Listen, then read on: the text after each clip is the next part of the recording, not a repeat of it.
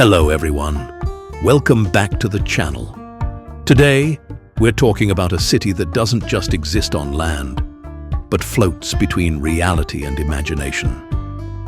Let me ask you something. If someone asked you to name the most beautiful city in the world, what would your answer be?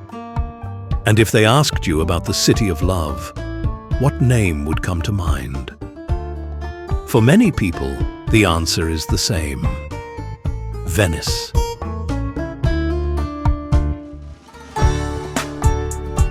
A city built on water. A city without roads. A city where history, romance, and everyday life flow together through canals. In this video, we're exploring Venice from a traveler's point of view. Not rushing, not ticking boxes, just experiencing the city the way it's meant to be felt. But before we start our journey through Venice, let's take a quick step back and look at how this city came to life. Venice began more than 1,500 years ago, at a time when people were fleeing invasions on the mainland. To stay safe, they moved into the marshy islands of the Venetian lagoon, places that didn't seem suitable for a city at all. What started as temporary shelters slowly turned into permanent settlements. Over time, the people of Venice learned how to build on water. They drove wooden piles deep into the mud and constructed stone buildings on top of them. Many of those foundations are still holding the city today. Venice grew into a powerful maritime republic. For centuries, it controlled major trade routes between Europe and the East, becoming one of the richest and most influential cities in the world. Art, architecture, and culture flourished here. But Venice's strength was never just its wealth.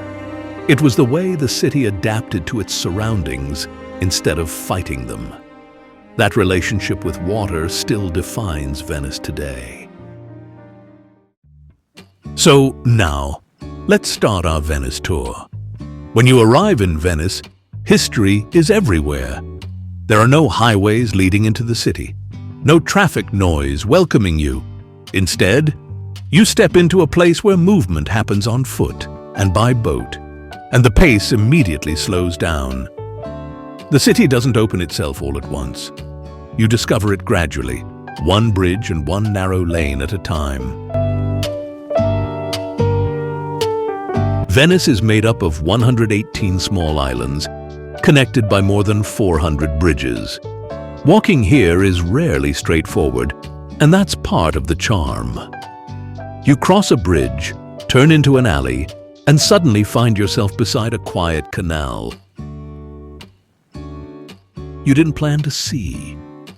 Boats act as public transport. Walking becomes the main way to explore. Eventually, you stop checking maps and start following your instincts instead. Now we move forward to San Marco, the iconic side of Venice. San Marco is where Venice feels grand and open. St. Mark's Square brings together some of the city's most important landmarks. The Basilica, the Bell Tower, and Doge's Palace all stand here, reminding you of Venice's powerful past. Early morning is the best time to visit. The crowds are thin, the light is soft, and the square feels calm and spacious. This is Venice at its most classic. The Grand Canal curves through the city like its main artery. Palaces line both sides, rising straight from the water. Some look perfectly restored, others show signs of age. But together they tell the story of Venice's long relationship with trade and wealth. Whether you're on a vaporetto or a gondola, this slow ride gives you a moving view of the city that no street can offer. Venice has famous bridges, but the quieter ones often leave a stronger impression. In residential areas, bridges feel peaceful. You'll see locals stopping for a moment, watching the water below, completely unbothered by time.